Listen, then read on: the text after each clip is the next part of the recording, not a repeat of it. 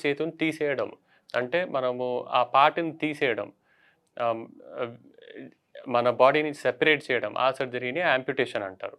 అయితే ఆ సర్జరీ మనకి బోన్ క్యాన్సర్‌లో మెయిన్ సర్జరీగా ఉండేది. ఒక 20 ఇయర్స్ ముందు.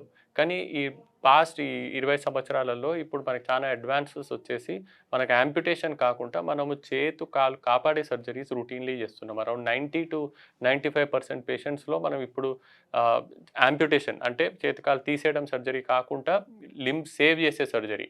చేతు, కాలు సేవ్ చేసే సర్జరీ చేస్తున్నాము. దీన్ని లింబ్ సాల్వేజ్ సర్జరీ అంటాము.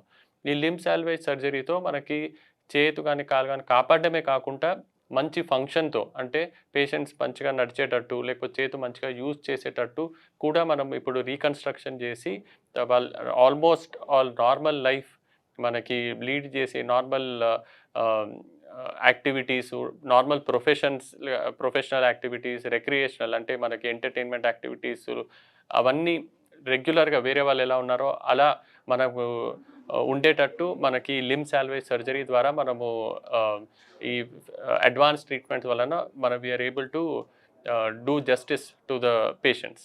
లింబ్ సాల్వేజ్ సర్జరీలో నార్మల్లీ మనం ట్యూమర్ గడ్డని తీసేస్తాము. తీసేసినాక అప్పుడు మనకి ఆ గ్యాప్ వచ్చిన ప్లేస్‌లో మనం మెటల్ ప్రాస్థెసిస్ గానీ, కొన్ని కొన్ని సార్లు పేషెంట్ ఓన్ బోన్ మనం స్టెరిలైజ్ చేసి మళ్ళీ పెట్టడం గానీ, అలాంటి సర్జరీ చేస్తాము.